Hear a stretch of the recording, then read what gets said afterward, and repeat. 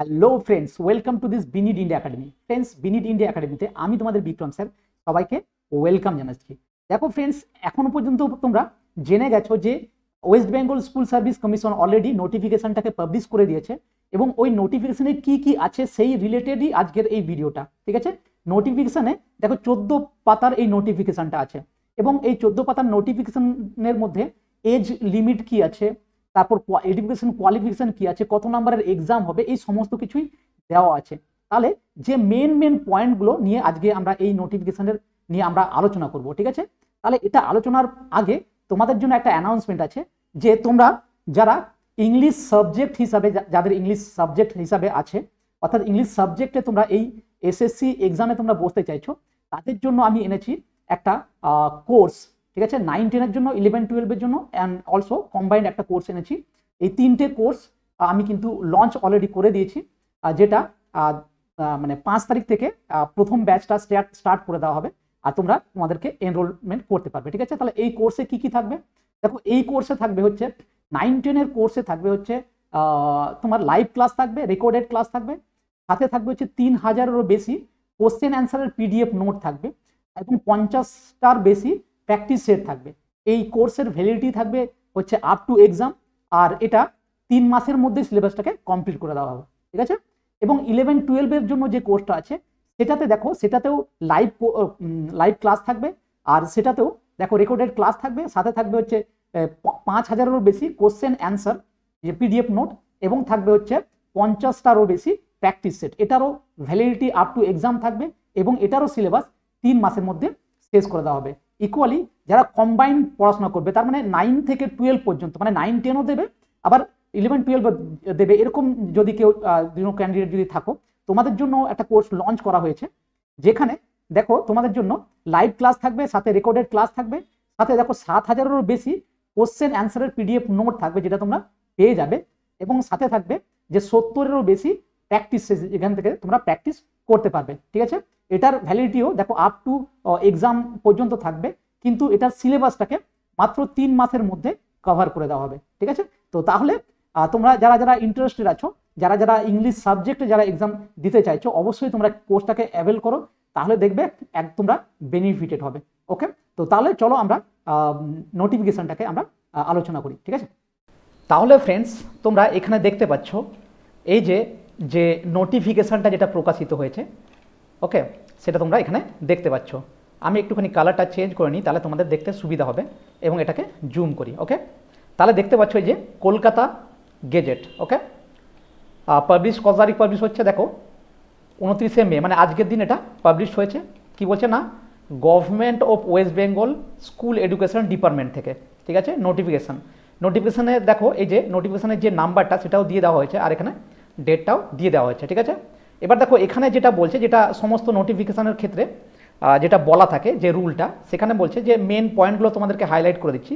বলছে West Bengal school service commission, ঠিক আছে, অ্যাক্ট যেটা 1997, মানে 1997 যে মানে West Bengal school service commission যখন ফরমেশন হয়েছিল, তখন যে অ্যাক্টটা বা যে নিয়মগুলো লাগু হয়েছিল সেই ইয়েতে, এবং 2019 সালের যে সেটাকে সেকেন্ডারি এবং হায়ার সেকেন্ডারি স্কুলের জন্য যে ফর্মুলাগুলো, যে চেঞ্জগুলো হয়েছিল, ঠিক আছে, এবং 2020 সালের যে চেঞ্জগুলো হয়েছিল, এই সমস্ত কিছুর রুল এবং রেগুলেশনটাকে মাথায় রেখে এই নোটিফিকেশনটাকে পাবলিশ করা হলো। ঠিক আছে, এবার তারপরে দেখো, তারপরে যেহেতু 14 পাতার নোটিফিকেশান, যার জন্য সমস্ত পয়েন্ট কিন্তু আমাদের জন্য প্রয়োজন নেই, যে পয়েন্টগুলো আমাদের জন্য প্রয়োজন আছে আমরা সেগুলোকেই দেখব। ঠিক আছে, তার বাইরে দেখে শুধু সময় নষ্ট করার কোনো প্রয়োজন হয় না। তার থেকে যদি আমরা ওই টাইমটাকে যদি আমরা পড়াশোনায় যদি কাজে লাগাই, তাহলে ওটা অনেক বেশি কাজে দেবে। ঠিক আছে, তো তাহলে দেখো এখানে দেখতে পাচ্ছ এই 3 নম্বর পয়েন্টটা তোমাদের জন্য খুব ইম্পর্টেন্ট। বলছে নেম অফ পোস্টের নাম, কোয়ালিফিকেশান, ঠিক আছে, আর এজ। ঠিক আছে, ডিসকোয়ালিফিকেশানটা আমাদের প্রয়োজন নেই। তাহলে নেম অফ পোস্ট কি বলছে দেখো, 1 নম্বর পয়েন্ট, নেম অফ পোস্ট বলছে অ্যাসিস্ট্যান্ট টিচার। ওকে, পে স্কেল কি বলছে, পে স্কেল এখানে দেওয়া নেই, অর্থাৎ বর্তমান স্টেট গভর্নমেন্টের যে পে স্কেলটা আছে স্কুল টিচারদের জন্য, সেই পে স্কেলে দেবে। তারপর দেখো 3 নম্বর পয়েন্টটা প্রয়োজন নেই। দেখো 4 নম্বর এজ লিমিট, এটা আমাদের জন্য গুরুত্বপূর্ণ। বলছে এজ লিমিট 21 বছর, সর্বনিম্ন 21 বছর হতে হবে, এবং সর্বোচ্চ 40 বছর পর্যন্ত যার এজ আছে সে এক্সাম দিতে পারবে। এবার এই 40 বছরটা কি হিসাবে কাউন্ট হবে, বলছে 1 জানুয়ারি of the year of advertisement, অর্থাৎ যে বছরে এই অ্যাডভার্টাইজমেন্টটা বেরোবে বা নোটিফিকেশনটা যেটা বেরিয়েছে, ঠিক আছে, সেটার যে 1 জানুয়ারি পর্যন্ত, তার মানে 2025 সালে অ্যাডভার্টাইজমেন্টটা বেরোচ্ছে, 2025 সালের যে 1 জানুয়ারি সেই অনুযায়ী যে 40 বছর হবে সে দিতে পারবে, তার বেশি হলে কিন্তু সে দিতে পারবে না। ওকে, তারপর দেখো as it is age relaxation, যেটা schedule caste, schedule tribe, OBC এবং ফিজিক্যালি হ্যান্ডিক্যাপড যারা আছে তাদের জন্য যেরকম এজ রিল্যাক্সেশন থাকে স্টেট গভর্নমেন্টের রুল অনুযায়ী, তার মানে 5 বছর এবং 3 বছর সেটাই থাকবে, ঠিক আছে। আর দেখো এই পয়েন্টটা হচ্ছে যেটা আমাদের সুপ্রিম কোর্টের ভার্ডিক্টে যেটা বেরিয়ে এসেছিল, যে সমস্ত শিক্ষক শিক্ষিকা যাদের চাকরি টার্মিনেট হয়ে গেছে, ঠিক আছে, তারা দেখো এখানে বলছে যে according to honourable supreme court, ঠিক আছে, যেটা 4800 অফ 2024 ডেটেড 3 এপ্রিল 2025 যে জাজমেন্টটা বেরিয়েছিল, সেই জাজমেন্ট অনুযায়ী যে তাদের যে এজ রিল্যাক্সেশনের ব্যাপারটা ছিল, অর্থাৎ যে সমস্ত আনটেন্টেড টিচাররা ছিল তারা প্রত্যেকেই কিন্তু এজ রিল্যাক্সেশনটা পাবে, বুঝতে পেরেছি। তারপর দেখো নেক্সট আমরা দেখি, তারপর দেখো এখানে ম্যানার অফ সিলেকশন, অর্থাৎ সিলেকশন প্রসেসটা কীভাবে হবে, ঠিক আছে, এখানে বলে দেওয়া হয়েছে। দেখো আমি পড়ে শোনাচ্ছি তোমাদেরকে, বলছে selection shall be made category wise, অর্থাৎ ক্যাটাগরি ওয়াইজ সিলেকশন হবে, মানে হচ্ছে এসটিদের জন্য ST category, SC ST OBC general, প্রত্যেকটা ক্যাটাগরি ওয়াইজ কিন্তু সিলেকশনটা হবে, and also the subject wise selection প্রসেসটা হবে। ওকে, তারপর দেখো নেক্সট, দেখো বলছে যে information regarding vacancy related information. দেখো এখানে কয়েকটা পয়েন্ট ইম্পর্টেন্ট আছে। দেখো 1 নম্বর দাগেরটা বলছে যে দি commission of school education shall on being intimated by the West Bengal Board of Secondary School Education as and when deemed appropriate by the board, okay, prepared a vacancy statements of assistant teacher with the approval of state government, ঠিক আছে, send the same to the board shall with prior approval of the state government send category wise vacancy report to the central commission, অর্থাৎ state government, অর্থাৎ এখানে school service commission যে পরিমাণ ভ্যাকেন্সিটাকে সে তৈরি করবে বা ভ্যাকেন্সি আছে সেটাকে বোর্ডকে দিয়ে অ্যাপ্রুভ করাবে, সেই বোর্ডের অ্যাপ্রুভালটা সেটা আবার স্টেট গভর্নমেন্ট সেটাকে অ্যাপ্রুভ করবে, তারপরে সেটা আবার সেন্ট্রাল স্কুল সার্ভিস কমিশনের কাছে যাবে ক্যাটাগরি ওয়াইজ। তার মানে হচ্ছে এসটিদের জন্য কত সিট থাকবে, এসসিদের জন্য কত, ওবিসিদের জন্য কত থাকবে, প্রত্যেকটা ক্যাটাগরি ওয়াইজ কিন্তু সিটটা দিয়ে দেওয়া হবে, যেটা এখানে দেওয়া নেই, সেটা আমরা দেখতে পাবো অফিসিয়াল, মানে স্কুল সার্ভিস কমিশনের অফিসিয়াল ওয়েবসাইটে, সেটা হয়তো খুব তাড়াতাড়ি দিয়ে দেওয়া হবে, ঠিক আছে। তারপর দেখো 2 নম্বর পয়েন্টে বলছে the report as mention above shall be sent to central commission in the following manner. কীভাবে যাবে তাহলে দেখো এই পয়েন্ট দুটো তোমাদের জন্য একটুখানি ইম্পর্টেন্ট আছে, তোমাদের তাহলে বুঝতে সুবিধা হবে যে কি পরিমাণ আমাদের এখানে ভ্যাকেন্সি থাকতে পারে, ঠিক আছে। বলছে ফার্স্টলি বলছে before the date of publication of advertisement, অর্থাৎ অ্যাডভার্টাইজমেন্ট প্রকাশ করার আগে পর্যন্ত যে পরিমাণ বলছে ইনভাইটিং অ্যাপ্লিকেশন, অর্থাৎ যে পরিমাণ অ্যাপ্লিকেশনটা জমা পড়বে, যে মানে স্কুলগুলো অ্যাপ্লাই করবে যে তাদের এই পোস্টের জন্য ভ্যাকেন্সিগুলো খালি থাকবে, তাহলে সেই অ্যাপ্লিকেশন বেসিসে যে ভ্যাকেন্সিটা তৈরি হবে সেটাকে বলছে যে ইন্ডিকেটিভ ভ্যাকেন্সি, ঠিক আছে, সেটা কিন্তু ফাইনাল ভ্যাকেন্সি না, সেটা হচ্ছে একটা ইন্ডিকেটিভ ভ্যাকেন্সি, ঠিক আছে। তারপর দেখো বি নাম্বারে বলছে যে ফাইনাল ভ্যাকেন্সির কথা বলছে। ফাইনাল ভ্যাকেন্সিটা কোনটা, বলছে যে finally before the date of publication of the interview list, ঠিক আছে, অর্থাৎ ইন্টারভিউ লিস্ট পাবলিশ করার আগে, ঠিক আছে, যে ফাইনাল ভ্যাকেন্সিটা যেটা উঠে আসবে, যে ভ্যাকেন্সিটা উঠে আসবে সেটাকে ফাইনাল ভ্যাকেন্সি হিসাবে কাউন্ট করা হবে, বুঝতে পেরেছি। তাহলে according to state government, according to আমাদের চিফ মিনিস্টার, উনি বলেছেন নিয়ার অ্যাবাউট 40,000-এর মতো সিট থাকতে পারে ওভারঅল, ঠিক আছে। তো আমি জানি না সেটা কিভাবে থাকবে, ওটা আমরা যতক্ষণ পর্যন্ত না ওয়েবসাইটে প্রপার ইয়ের ওপর বেস করে কটা সিট থাকছে ততক্ষণ বলাটা পসিবল না, ঠিক আছে। তারপর দেখো 9 নম্বর পয়েন্টটা আমাদের জন্য ইম্পর্টেন্ট আছে, বলছে ফর্ম অফ অ্যাপ্লিকেশন, অ্যাপ্লিকেশনটা কীভাবে করতে হবে দেখো এখানে লিখেই দেওয়া আছে যে অনলাইন মোডে অ্যাপ্লিকেশনটা করতে হবে, ঠিক আছে, ওয়েবসাইটে। তারপর দেখো নেক্সট যেটা দেখো এখানে 4 নম্বর পয়েন্টটা আমাদের জন্য ইম্পর্টেন্ট আছে, বলছে সেন্ট্রাল কমিশন কি করছে না shall conduct OMR based written test, ঠিক আছে। তাহলে ওএমআর বেসড রিটেন টেস্ট হবে, যেটার একটা ডুপ্লিকেট কপিও থাকবে, and the duplicate of which OMR sheet shall be written with the applicant. অর্থাৎ এই ডুপ্লিকেট ওএমআর সিটটা ক্যান্ডিডেট যারা এক্সাম দেবে তারা নিয়ে যেতে পারবে। এটা আগেরবার ছিল না, এটা এবারে ইনক্লুড করা হয়েছে, ঠিক আছে। তারপর 5 নম্বর পয়েন্ট দেখো বলছে যে central commission shall publish in its official website preliminary mode of answer key after the written test and may invite suggestions and objections from the applicant, ঠিক আছে। বলছে সেন্ট্রাল কমিশন কি করবে যে একটা প্রিলিমিনারি অ্যান্সার কি তার যে ওয়েবসাইট সেটাতে পাবলিশ করবে, তারপর সেটার ওপর কারোর যদি সাজেশন থাকে বা কারোর যদি অবজেকশন থাকে সেই সমস্ত অ্যান্সার কি নিয়ে, তাহলে তারা এই অবজেকশনটাকে জানাতে পারবে, ঠিক আছে। অবজেকশনটা কতদিনের মধ্যে জানাতে হবে দেখ এখানে বলে দিয়েছে যে উইদিন 5 ডেজ, 5 দিনের মধ্যে, অর্থাৎ অ্যান্সার কি পাবলিশড হওয়ার 5 দিনের মধ্যে কিন্তু অবজেকশন কিংবা সাজেশনস জানাতে হবে। আর কিসের ওপর বেস করে জানাতে হবে বলছে যে by at least 2 authentic academic publication, অর্থাৎ 2টো অথেন্টিক বই তার ওপর যে ইনফরমেশন দেওয়া আছে বা তথ্য দেওয়া আছে তার উপর বেস করে এই চ্যালেঞ্জটা করা যাবে উইদিন 5 ডেজের মধ্যে, ঠিক আছে। তারপর দেখো 7 নম্বর পয়েন্ট আমাদের জন্য ইম্পর্টেন্ট আছে, বলছে যে central commission shall finalise and upload করবে ইন ইটস ওয়েবসাইট, ঠিক আছে, answer keys base on the decision of the expert committee and shall evaluate OMR sit on the basis of the final model answer কি, ঠিক আছে। তার মানে এই যে ফাইনালাইজ হয়ে এলো অ্যান্সার কিটা সেটার উপর বেস করে কিন্তু ওএমআর সিটটাকে ইভালুয়েট করা হবে।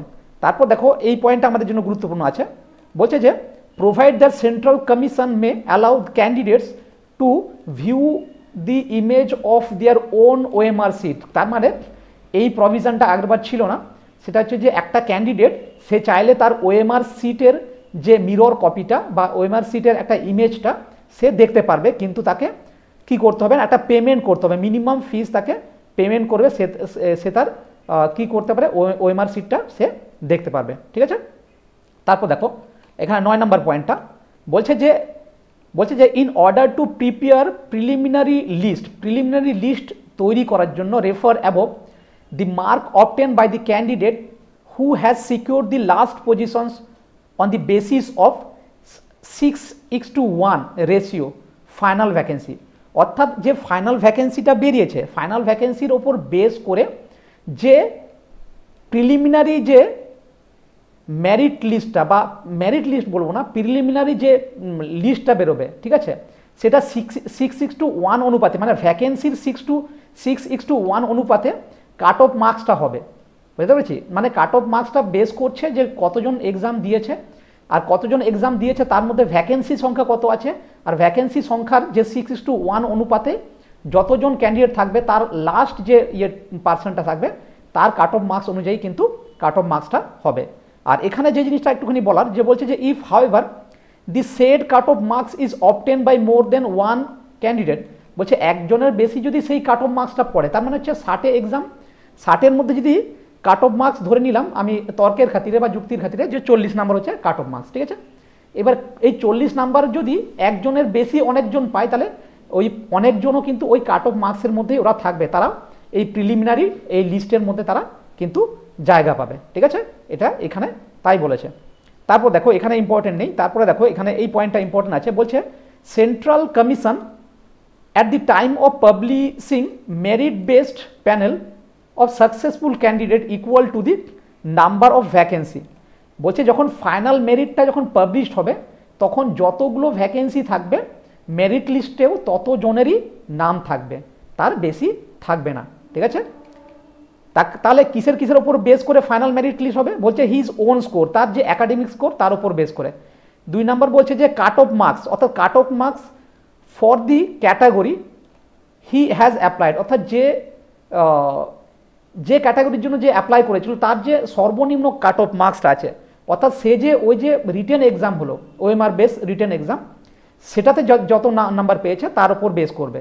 আর 3 নাম্বার বলছে যে final marks obtain by the candidate, অর্থাৎ এগুলোর উপর বেস করে ফাইনাল ক্যান্ডিডেটের ফাইনাল মার্কসটা প্রকাশিত হবে বা ইয়ে করা হবে, আর সেইটার ওপর বেস করে কিন্তু ফাইনাল মেরিট লিস্টটা দেওয়া হবে। ঠিক আছে, দেখো এই পয়েন্টটা কি বলছে যে প্রোভাইড দ্যাট যে if more than one candidate obtain the same aggregate বা টোটাল মার্কস, অর্থাৎ একজনের মনে করো এমন একটা টোটাল মার্কস বেরোলো 100-এ, যেহেতু পরীক্ষা হচ্ছে এখানে আমি তর্কের খাতিরে বা যুক্তির খাতিরে বললাম যে 80 অনেকজন মিলে পেলো, তাহলে কিভাবে সেটা ডিসাইড হবে। ঠিক আছে, বলছে দি মেরিট পজিশনস, অর্থাৎ মেরিট পজিশনটা কিভাবে ডিসাইড হবে, বলছে যে candidate shall be determined according to the marks they have obtain in the written test, অর্থাৎ রিটেন টেস্টে যে বেশি পেয়েছে তাকে অগ্রাধিকার দেওয়া হবে। তার মানে যে সমস্ত আমি ধরে নিলাম যে 80 নাম্বার পেয়েছে 5 জন ক্যান্ডিডেট, আর 5 জনের মধ্যে ঠিক আছে কার র্যাঙ্ক কেমন হবে, 5 জনে কে 1-এ থাকবে, কে 2-এ, কে 3-এ, কে 4-এ, এটা ডিসাইড করবে কি যে সেটা হচ্ছে কার রিটেন মার্কসটা বেশি তার উপর বেস করে। ঠিক আছে, এবার রিটেন মার্কসও যদি সেম থাকে তাহলে ডিপেন্ড করবে যে একাডেমিক স্কোরটা কার বেশি আসছে তার উপর, বুঝতে পারছি। আর সেটাও যদি ম্যাচ করে যায় তাহলে যার ডেট অফ বার্থটা, তার যে ডেট অফ বার্থটা, ঠিক আছে, ডেট অফ বার্থ অনুযায়ী যে বড়, ঠিক আছে, তাকে আগে প্রেফারেন্স দেওয়া হবে। এখানে তাই বলেছে, দেখো এখানে বলছে যে if the score are tied then the date of birth that is the candidates with earlier date of birth, অর্থাৎ যে বড়, ঠিক আছে, তাকে প্রেফার করা হবে, তাকে আগে অগ্রাধিকার দেওয়া হবে বা আগে পজিশনে তাকে রাখা হবে। ঠিক আছে, তারপর দেখো নেক্সট যেটা আছে এখানে, নেক্সট ইম্পর্টেন্ট হচ্ছে দেখো এখানে প্রিজার্ভেশন অফ ওএমআর, কারণ ওএমআরটা এটা খুব গুরুত্বপূর্ণ আমাদের জন্য, কারণ এই ওএমআর উপর বেস করেই কিন্তু এখন যে এই যে কেওস যে সৃষ্টি হয়েছে অল ওভার ওয়েস্ট বেঙ্গলে, সেটা এটার উপর ভিত্তি করেই। যার জন্য দেখো এখানে নতুন একটা রুল এটাকে ইম্পোজ করা হয়েছে, বলছে যে সেন্ট্রাল কমিশন বলছে 2 বছর এই ওএমআরগুলোকে রাখবে, 2 বছরের পরে কিন্তু ওএমআরকে ডিস্ট্রয় করা হবে, তার মানে 2 বছর রেখে দেওয়া হবে। ঠিক আছে, আর বলছে কি না এক্সপায়ারি অফ দি প্যানেল, মানে প্যানেল এক্সপায়ার করার পরের 2 বছর পর্যন্ত রাখবে। ঠিক আছে, সাপোজ 2025-এর ডিসেম্বর পর্যন্ত প্যানেল এক্সপায়ারি ডেট, তাহলে 2025-এর ডিসেম্বর থেকে ওইদিকে আরও 2 বছর পর্যন্ত ওএমআরগুলোকে রাখা হবে। ঠিক আছে, আর বলছে যে ওএমআরের যে মিরর ইমেজটা বা স্ক্যান ইমেজ বা যেটাকে মিরর ইমেজ বলি, সেটাকে 10 বছর পর্যন্ত রাখা হবে কোথায় না স্কুল সার্ভিস কমিশনের অফিসিয়াল ওয়েবসাইটে, সেখানে স্টোর করে রাখা হবে। ওকে, তারপর দেখো দেখো এটা এবার এই পয়েন্টগুলো তোমাদের জন্য ইম্পর্টেন্ট। বলছে এডুকেশন কোয়ালিফিকেশান, ঠিক আছে, 9-10-এর জন্য এডুকেশন কোয়ালিফিকেশান কি কি লাগবে, তাকে সিটিজেন অফ ইন্ডিয়া হতে হবে, এটা তো স্বাভাবিক আছে, সবার ক্ষেত্রেই প্রযোজ্য। এছাড়াও বলছে যে NCTE for assistant teacher class 9-10-এর জন্য যে নর্মসটাকে ঠিক করে দিয়েছে তার উপর বেস করে এখানে দেখে নিই কী কী আছে। সেটা হচ্ছে যে বলছে গ্র্যাজুয়েশন কিংবা পোস্ট গ্র্যাজুয়েশনে তাকে মিনিমাম 50% নাম্বার তাকে পেতে হবে। এছাড়া তার ব্যাচেলার মানে বিএড ডিগ্রি তাকে থাকতে হবে যে কোনো National Council for Teachers Education recognise institute থেকে। ইনস্টিটিউট যদি রেকগনাইজ না থাকে তাহলে কিন্তু গ্র্যান্ট হবে না। কিংবা বলছে 4 ইয়ারের ডিগ্রি থাকতে হবে, অর্থাৎ নতুন যে এডুকেশন পলিসিটা লাগু হয়েছে যেখানে গ্র্যাজুয়েশনটা কেউ যদি 4 বছরের করে থাকে তাহলে তার বিএডটা সেখানে বিএড ইকুইভ্যালেন্ট হয়ে যাচ্ছে। ঠিক আছে, যার জন্য বলছে বিএ বিএড কিংবা বিএসসি বিএড, ওকে, তারাও এই এক্সামে বসতে পারবে। ঠিক আছে, তাদের জন্য আলাদা করে বিএডের ডিগ্রি লাগবে না। এখানে একটা জিনিস তোমাকে একটু মেনশন করে দিই, সেটা হচ্ছে এই জায়গাটা দেখো, বলছে as first or the second or the third language of secondary or higher education graduation and post graduation. দেখো এখানে এই নোটের জায়গা থেকে আসছে, বলছে কেউ যদি এই যে বাংলা মিডিয়াম বাদ দিয়ে, ঠিক আছে, বা অনেকেই তো আছে বাংলা মিডিয়াম বাদ দিয়ে হিন্দি মিডিয়ামে দেবে, সাঁওতালি মিডিয়ামে দেবে, নেপালি উড়িয়া এই সমস্ত মিডিয়ামে দেবে, তাদের ক্ষেত্রে তাদের কিন্তু হয় সেকেন্ডারি লেভেলে তাদেরকে এদের ফার্স্ট ল্যাঙ্গুয়েজ কিংবা সেকেন্ড ল্যাঙ্গুয়েজ হিসাবে তাদের, কিংবা গ্র্যাজুয়েশনে তাদেরকে ফার্স্ট ল্যাঙ্গুয়েজ কিংবা সেকেন্ড ল্যাঙ্গুয়েজে হিসাবে কিন্তু এই যে হিন্দি না হলে নেপালি কিংবা উড়িয়া কিংবা সান্তালি কিংবা তেলুগু কিংবা উর্দু, অর্থাৎ যে মিডিয়ামের জন্য সে অ্যাপ্লাই করছে সেই মিডিয়ামের ল্যাঙ্গুয়েজ গ্রুপে তাদের এই অ্যাজ এ সাবজেক্ট কিন্তু থাকতে হবে, এই জায়গাটা মনে রাখবে, ঠিক আছে। আর এখানে আরেকটা পয়েন্ট যেটা আমাদেরকে জানতে হবে সেটা বলছে যে যে ক্যান্ডিডেট বলছে applying for the subject must have passed at least graduation level examination within minimum 300 marks, okay, full marks বলছে, relevant or concern subject or the post graduation examination in the concern and relevant subject. তার মানে বলছে যে গ্র্যাজুয়েশনে যে সাবজেক্টের কেউ যদি suppose ইংলিশে এক্সামটাকে দেবে, ঠিক আছে, তার ইংলিশে যেন গ্র্যাজুয়েশন লেভেলে যেন 300 নাম্বারের ওকে যেন পরীক্ষা দিতে হয়। তার মানে যারা অনার্স নিয়ে পড়াশোনা করেছে তারাও কিন্তু যদি 50% নাম্বার থাকে তারাও এক্সামে বসতে পারবে ইকুয়ালি, যারা পাশে, যাদের পাশে ইংলিশ ছিল, ঠিক আছে, তারও তো 300 নাম্বারের পরীক্ষা দিতে হয় at the end of the day, ঠিক আছে। তাহলে সেও কিন্তু এখানে 9-10 এক্সামের জন্য সেও কিন্তু এলিজেবল, তার যদি বিএড করা থাকে, বুঝতে পেরেছি। তার মানে পাশে কারোর যদি সাবজেক্টে ভালো নাম্বার থাকে আর তার যদি বিএড করা থাকে তাহলে ও সেই সাবজেক্ট নিয়ে কিন্তু এক্সামে বসতে পারবে, এটা এখানে বোঝাতে চাইছে।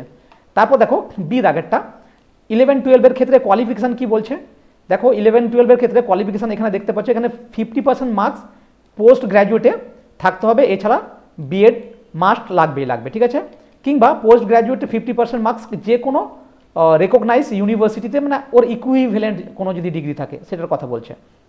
তারপর দেখো সি নাম্বার বলছে আপার প্রাইমারি লেভেলের জন্য কি থাকবে না, আপার প্রাইমারি লেভেলের জন্য বলছে যে pass in teacher eligibility test, তাকে টিচার এলিজিবিলিটি টেস্টটা কিন্তু পাস করতেই হবে, মানে টেট সার্টিফিকেট তার কাছে কিন্তু থাকতেই হবে, তবেই কিন্তু সে এই আপার প্রাইমারির জন্য সে এলিজিবল হবে, না হলে কিন্তু সে এলিজিবল হবে না, ঠিক আছে। এবার দেখো আর বাকি যেগুলো আছে সেগুলো তো থাকবেই, তার মানে তার গ্র্যাজুয়েশন থাকতেই হবে, তারপর হচ্ছে তার গ্র্যাজুয়েশনে 50% যে কোনো একটা সাবজেক্টে তাকে থাকতেই হবে, এবং বিএড তো তাকে থাকতেই হবে, সাথে কিন্তু এই যে টেট কোয়ালিফাইড তাকে হতে হবে, ঠিক আছে। এবার দেখো এই শিডিউলটা তোমাদের জন্য একটুখানি ভালো করে বোঝার আছে, কারণ এখানে কিভাবে মার্কসটা, মানে কিভাবে এক্সাম হবে বা কত নাম্বারের হবে সেটা এখানে বলেছে, ঠিক আছে। দেখো বলছে 9-10 জন্য দেখো 60 নাম্বারের পরীক্ষা হবে, ঠিক আছে, 60 নাম্বারের পরীক্ষা হবে, আর একাডেমিক মার্কস কত না, এডুকেশন কোয়ালিফিকেশনের জন্য 10 নাম্বার থাকবে। এবার এই 10 নাম্বারটা কিসে থাকবে না, বলছে গ্র্যাজুয়েশন কিংবা পোস্ট গ্র্যাজুয়েশন, অর্থাৎ যেটাতে তার মার্কসটা বেশি থাকবে তার উপর বেস করে এটা থাকবে, এই 10 নাম্বারটা থাকবে। বলছে 60-এর বেস অর্থাৎ 60%-এর উপরে কেউ পেলে সে 10-এ 10 পাবে, সে যদি 50 থেকে 60%-এর মধ্যে পায় তাহলে সে হচ্ছে 8 মার্কস পাবে, আর বিলো 50 পেলে সে 6 মার্ক পাবে, ঠিক আছে।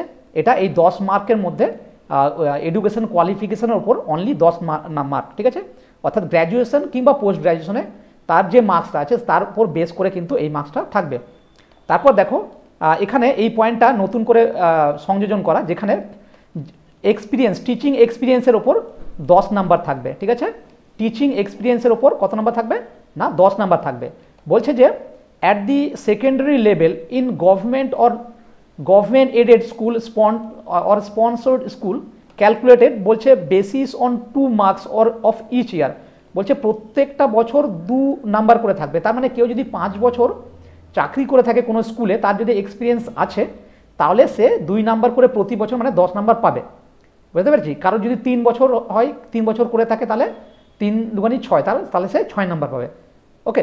তারপর দেখো ওরালের জন্য থাকবে কত না 10 নাম্বার থাকবে, আর নতুন সংযোজন দেখো এই 4 নাম্বারটা যে লেকচার ডেমনস্ট্রেশনের জন্য 10 নাম্বার থাকবে। তার মানে ইন্টারভিউর ক্ষেত্রে আমরা বলতে পারি যে মানে ইন্টারভিউর ক্ষেত্রে মানে দুটো ইন্টারভিউর মধ্যেই পড়ছে, আমরা ইন্টারভিউ টাইপের মধ্যেই পড়ছে আমরা বলতে পারি, সেটা হচ্ছে 20 নাম্বার থাকবে এখানে, ঠিক আছে। তাহলে টোটাল হলো কত না, টোটাল হলো 100 নাম্বার।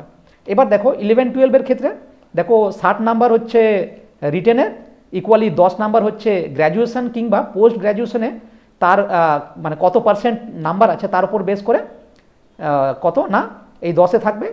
কেউ 60%-এর উপরে পেলে হচ্ছে 10, 50 to 60 মধ্যে পেলে হচ্ছে 8, আর হচ্ছে 50% বিলো পেলে হচ্ছে 6 নাম্বার পাবে। এটা এখানেও তোমরা দেখতে পাচ্ছ 10 নাম্বার কিন্তু টিচিং এক্সপিরিয়েন্সের জন্য থাকছে, আর সেটা প্রত্যেক বছর 2 নাম্বার করে থাকবে, ঠিক আছে, মানে পার ইয়ারের জন্য 2 মার্কস, ঠিক আছে। ইন্টারভিউতেও এখানে দেখো 10-এ, আর লেকচার ডেমনস্ট্রেশনেও এখানে 10 নাম্বার, এখানে টোটাল 20 নাম্বার, ঠিক আছে, তার মানে টোটাল 100 নাম্বার হয়ে গেল।